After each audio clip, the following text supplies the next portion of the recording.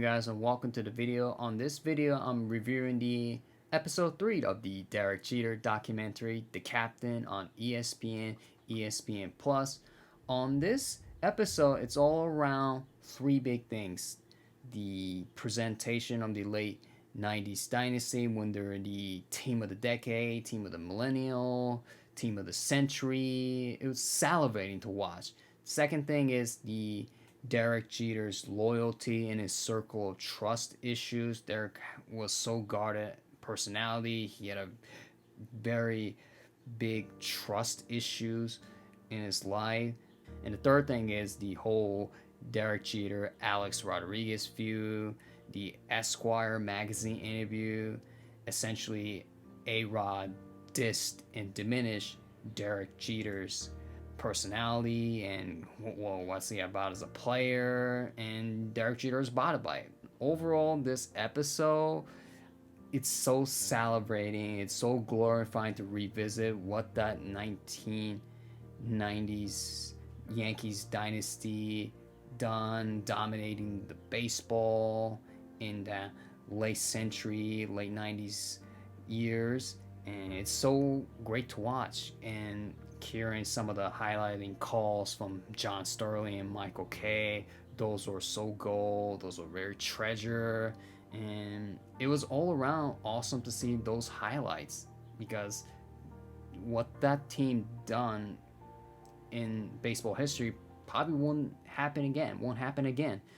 They start off with the whole Roger Clemens saga when the Yankees traded for Roger Clemens. Roger Clemens won for, he's a great pitcher, but hitting people, beanballing at people, including Derek Jeter. When Clemens was with the Toronto Blue Jays, he had Derek Jeter, and when he came to spring training in 1999 season, Derek Jeter, Chuck Knobloch, wearing full catcher's gear, preparing for Roger Clemens batting practice. I thought it was quite funny. Then Roger Clemens on this episode, he added a great element in terms of like humorous funniness into it.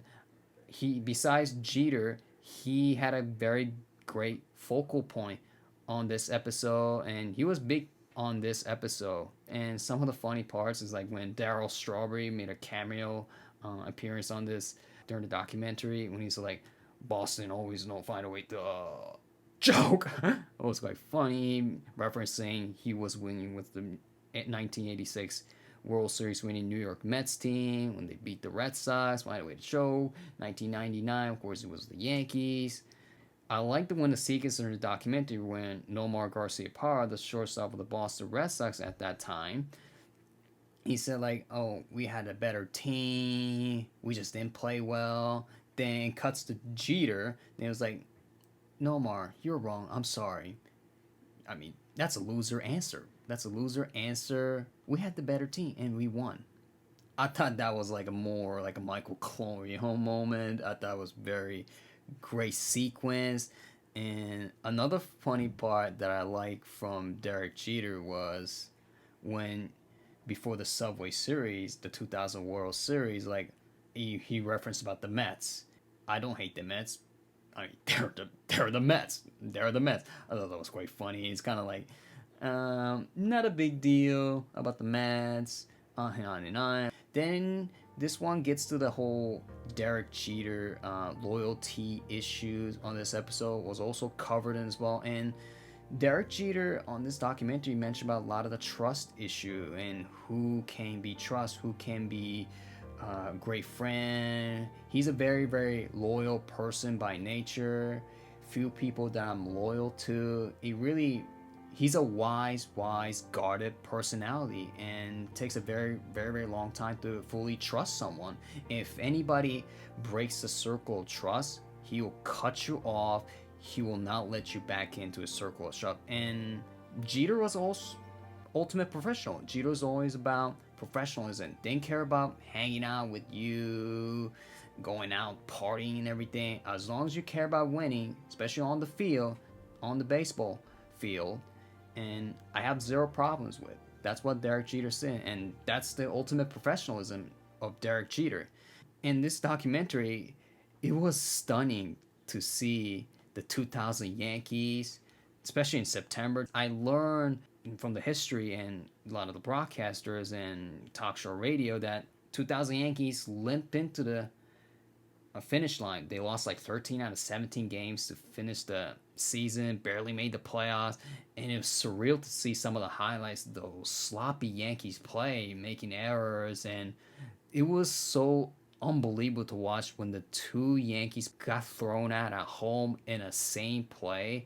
That was unbelievable. And John Sterling documenting that call, it was stunning. It was unreal. Then basically the Yankees really did limp in and slumped into the finish line and barely made the playoffs. And 2000 Yankees, they were about the aging team. And when Eric Chavez, the Oakland A's, the Yankees were facing the ALDS, it was like, oh, it's time for the Yankees to dynasty to end. It's time for other teams to win.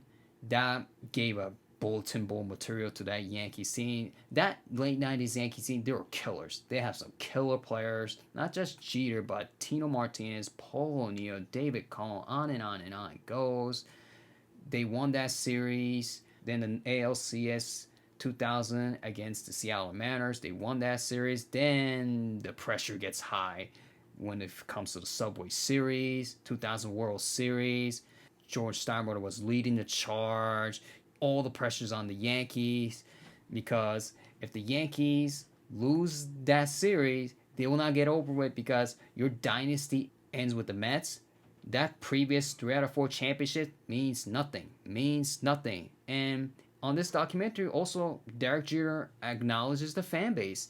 Like, they're knowledgeable, they watch the game every game, they care about it, and I like that part of Derek Jeter's professionalism. Not just he's about himself, he's about the team, but he's all around. He's all around care about not just himself and other players and teammates. Care about everything. He knows how to handle the pressure, and when the pressure was at the highest, he knew how to step up and rose to the big moment. And that's why 2000 World Series is my favorite Derek Jeter moment by far the most, because a lot of great things happen. And especially Derek Jeter was in the middle of it. Game 1, Todd Zeile fly ball, Timo Perez not busting down and try to score. Derek Jeter gets a cutoff, throws him out of home play. Game 4 of the 2000 World Series, Derek Jeter leading off, hit the home run. And basically that series, the Mets couldn't get him out. He become the height of his career, winning the World Series MVP, and the stardom came along with him. And later on that sequence, he had a commercial with Don Zimmer. It was quite funny and cute. Then the last 10 to 15 minutes, it gets kind of dark-ish because it was the whole Derek Jeter, Alex Rodriguez feud. And before that feud, Derek Jeter and A-Rod, they were great friends. They were buddies. But on the incident when the Yankees playing against the Mariners in, I think it was 1999 season, they had a brawl, yelling and trying to punch each other. But on the other side, Jeter and A-Rod were kind of giggling. And Chad Curtis didn't like it. Then it kind of got noticed from the media. It's like, oh, what is Jeter doing? On and on and on. They got an unnecessary attention to it. Then it becomes the whole Esquire magazine interview that A-Rod had. He dissed Jeter. It's Jeter's quiet. He's batting second, having fun. He's not batting third or fourth. And when he faced the Yankees, it's about facing Bernie Williams, Paul O'Neill, and everybody else. Jeter cannot beat you. He basically said that. That bothered Derek Jeter. He didn't like it. And even A-Rod during the interview, he said he apologized to him later. But later on, yet again, A-Rod said the same exact thing on the Dan Patrick Show at that time. And that's when there was the end of a friendship.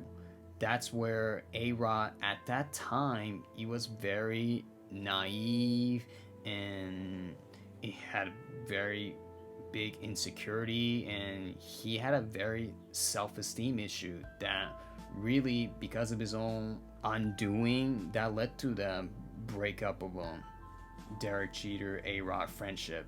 Later on, they become teammates, but in terms of personal wise, not the same ever since that Esquire interview. That was some scene, especially in the audio they presented during the episode. It was telling. A-Rod sounded really like a loser. That didn't look well for A-Rod and for Jeter.